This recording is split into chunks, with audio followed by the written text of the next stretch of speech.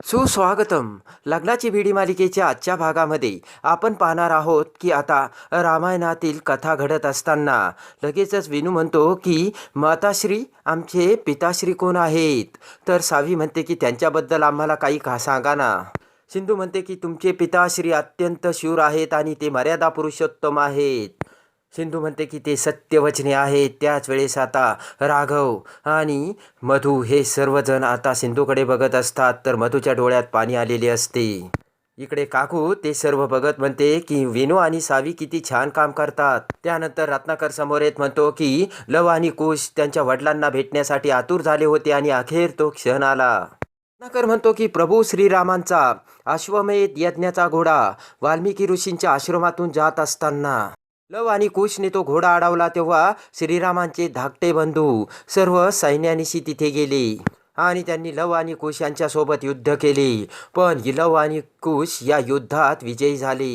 आणि जेव्हा ही बातमी लक्ष्मणाच्या कानावर गेली तेव्हा शत्रुघ्नाच्या रक्षणासाठी ते धावून गेले आणि समोर बघतात तर लव आणि कुश यांनी तो घोडा अडवलेला असतो.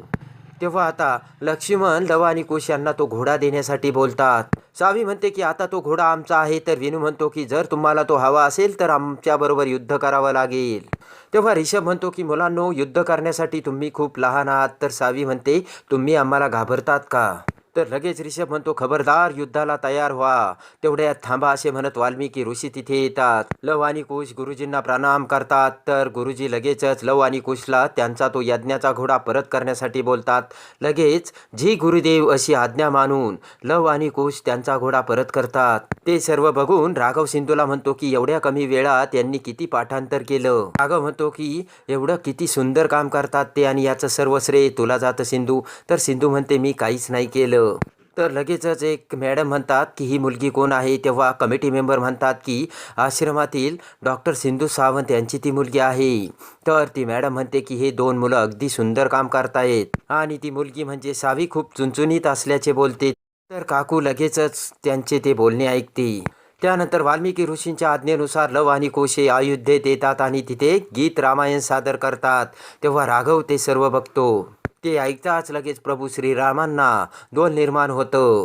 तर ते सर्व बघताच तिथे वाल्मिकी ऋषी येतात. तेव्हा त्यांना प्रणाम करत राघव म्हणतो की हे बालक त्या कुळातील आहे गुरुवर्य. राघव त्यांच्या माता पित्याची चौकशी करतो आणि लगेच वाल्मिकी ऋषी हे सीतेला तिथे घेऊन येतात आणि म्हणतात की जानकी यांची माता आहेत आणि श्रीराम यांचे पिताश्री. त्यानंतर वाल्मिकी ऋषी प्रभू श्रीरामांना सर्व हकीकत सांगतात आणि ती सर्व हकीकत ऐकून आता प्रभू श्रीरामांच्या म्हणजे राघवच्या डोळ्यात पाणी आलेलं असतं. त्यानंतर लव आणि कुश म्हणजे सावी आणि विनू हे राघवच्या पाया पडतात. तर आयुष्यमान भव असा राघव त्यांना आशीर्वाद देतो आणि खऱ्या अर्थाने नाटकाची सांगता होते. तर सर्वजण टाळ्या वाजवून पुन्हा परततात. तेव्हा इकडे काकू राजेश्री ऋतुजा सर्वजण आता आपापसात बोलू लागतात. तेवढ्यात राजेश्री ही मधूला बघते आणि म्हणते की अगं तू आराम करायचा ना कशाला आली इकडे. तेव्हा काकू म्हणते की अगं राजेश्री तिचा नवरा परक्या सीतेबरोबर भूमिका करतो मग ती कशी घरी राहणार. इकडे आता सावी लगेच सिंधूला मिठी मारत म्हणते की आई लव आणि कुशला त्यांचे बाबा भेटले तेव्हा मला सुद्धा आता माझे बाबा भेटतील ना. त्यानंतर सिंधू राघवकडे बघत विचार करते की लव आणि कुश यांना त्यांचे बाबा उशिरा का व्हायना भेटले. पण माझ्या सावीला राघव हे तिचे बाबा आहेत हे कधी कळणार. इकडे आता सर्व रत्नपारखी हे घरामध्ये येतात. तर राजेश्री म्हणते की राघवने मला वचन दिलंय वहिनी राघव हा मधूला कधीच अंतर देणार नाही. तेव्हा काकू म्हणते राघवने तुला वचन दिलं ते खरं पण ती मुलगी जेव्हा जेव्हा संधी मिळते ना तेव्हा राघवच्या जवळ जाते तेव्हा तिचं काय करायचं. तर तेवढ्यात सिंधू आणि सावी तिथे आलेल्या असतात. तेव्हा सिंधूकडे बघत काकू म्हणते की आगीबरोबर खेळलं ना तर हात जळायची भीती असते पण आगीला काहीच होत नाही. आणि जिच्यासाठी आपण हा खटाटोप करतोय आणि जिच्यासाठी आपण हे सर्व सांगतोय तिला ते ऐकायचंच नाही असे आता काकू मधूकडे बघत बोलते. तेवढ्यात विनूला घेऊन राघव तिथे येतो आणि त्या सर्वांचे चेहरे बघून म्हणतो की मधू तू इथे काय करतेस आराम करायला पाहिजे ना तू. राघव म्हणतो मधू तुझा पाय बरा आहे ना. तर तुझा चेहरा का उतरला असा. तर रेश्मा म्हणते की तुम्हाला आणि जाऊबाईंना म्हणजे एक्स जाऊबाईंना नाटकामध्ये रोमांस करताना बघितलं ना तेव्हा त्यांचा चेहरा उतरला. तर लगेच सावी म्हणते की एक्स जाऊबाई काय असतं. तेव्हा सिंधू म्हणते की मोठ्यांच्या बोलण्याकडे लक्ष द्यायचं नाही. राघव म्हणतो की रेश्मा तुला लहान वगैरे काही समजतं का. राघव म्हणतो की तू तिथे आली होती मधू तर थांबली का नाहीस. मधू म्हणते तू नाटकात काम करणार आहे हे मला सांगितलं होतं का राघव. राघव म्हणतो ही गोष्ट सगळ्यांनाच माहीत होती पण मधू तुझा पाय दुखत होता. मधू म्हणते हे नाटक आश्रमातील मुलांसाठी आहे हेच तुम्हाला सांगणार होता पण तू कारणही तसं दिलं तेव्हा मी काय बोलणार. तर ओके असे म्हणत आता मधू राघवला बरोबर असल्याचे बोलते. विनू म्हणतो की मम्मा तू आली होती तर स्टेजवर मला भेटायला का नाही आली. तेव्हा मधू म्हणते की मम्माचा पाय दुखत होता म्हणून नाही येता आलं. मधू म्हणते की अगदी तुम्ही चौघांनी सुद्धा खूप छान काम केलं. अगदी एक फॅमिली वाटत होती. विनू लगेच राघव समोर येत म्हणतो की कुशला कशी भाऊ हवा होता तसेच मला बहीण हवी आहे. म्हणजे ती मला राखी बांधेल आणि भाऊबीजेला ओवाळेल. तेव्हा राघव हा मधूकडे बघतो. तेवढ्यात सावी ही पळतच आतमध्ये जाते आणि लगेचच विनूसाठी राखी घेऊन येते आणि ती विनूच्या हातात बांधू लागते. तर काकू म्हणते हे सर्व काय चाललं. तर सावी म्हणते मोठी आजी विनूला बहीण हवी आहे ना तेव्हा मग मी त्याला राखी बांधते. रत्नाकर हसतच म्हणतो की विनू तुला चालणार आहे का. तर हसतच विनू म्हणतो की हो. काकू म्हणते की रत्नाकर तुझं हे सर्व काय चाललं. दोरे वगैरे बांधून असे काही नाते निर्माण होत नसतात. राघव म्हणतो कोण म्हणतं असं. वेळेस रक्ताच्या नात्यापेक्षा मनाने जुळलेले नाते हे अधिकच घट्ट असतात. सावी म्हणते की मोठी आजी ज्या वेळेस मी नाटकात काम करत होते त्यावेळेस मला असं वाटलं की मीच विनूची मोठी बहीण आहे म्हणून.